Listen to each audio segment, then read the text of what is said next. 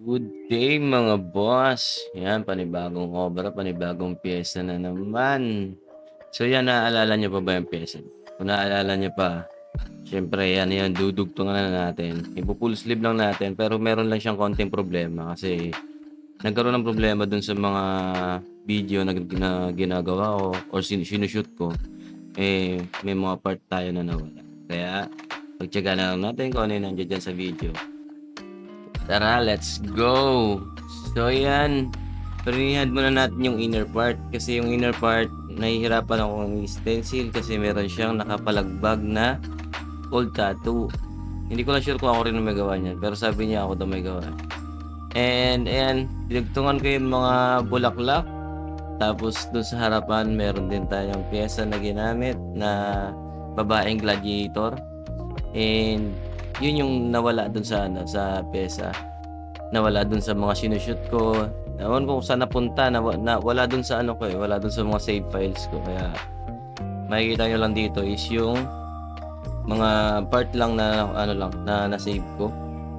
Isa talaga to sa part na pagiging isang content creator na mahirap pagka solo ka lang din na nag-shoot tapos may mga files ka na hindi mo akalain na pag dinelete mo na may mga importante rin palang files doon.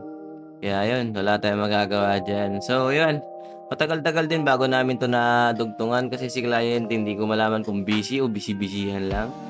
So yun, inano lang namin to, pinurso na namin na full sleeve to kasi nga, ayan, pauwi na tayo.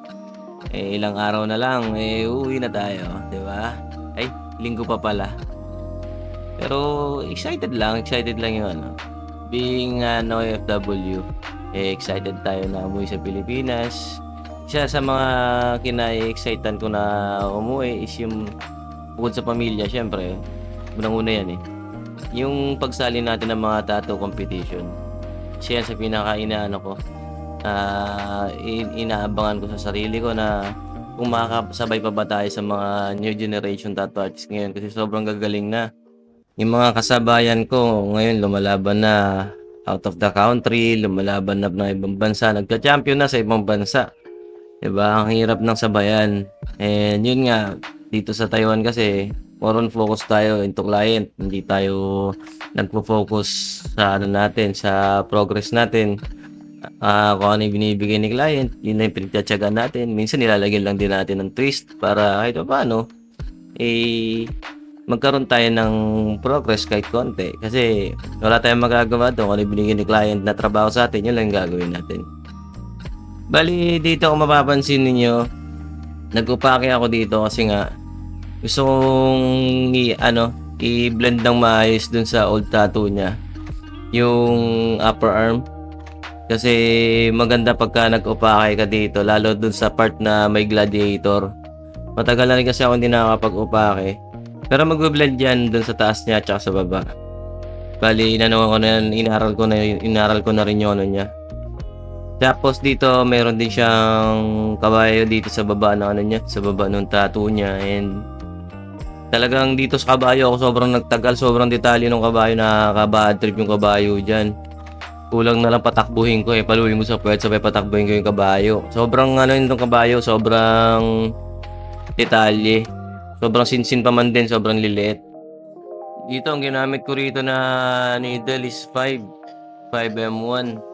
Pang kut-kut ko lang dun sa mga part na alam kong hindi naabot ng 9M1 saka ng 11RM.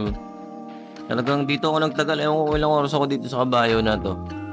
And yan, sa lahat ng gusto magpa-tattoo, maiksi lang kasi itong video na to magpo-promote tayo kung saan nyo ako pwedeng makontak, saan nyo ako pwedeng hanapin kapag gusto nyo mag-inquire pag ako na sa Pilipinas na.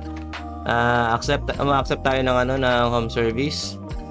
Pwede tayo sa mga home service basta around Cagayan, Isabela, Ilocos Norte, yan, palag-palag tayo diyan for home service. Pwede rin tayo sa parteng south na kasi meron tayong area diyan sa Las Piñas. Pwede rin tayo diyan basta ayusin lang natin yung schedule, message nyo lang ako pag-usapan natin.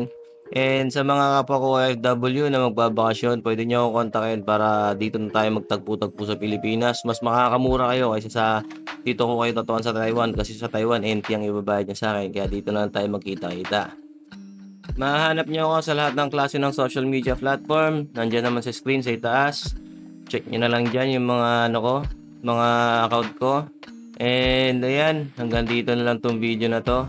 And pagpasensyahan niyo na ako sobrang iksi kasi wala talaga akong choice, talagang nawala yung iba kong nakuhanan na video. Eh, yan, hopefully sana nagustuhan ninyo. Bye-bye.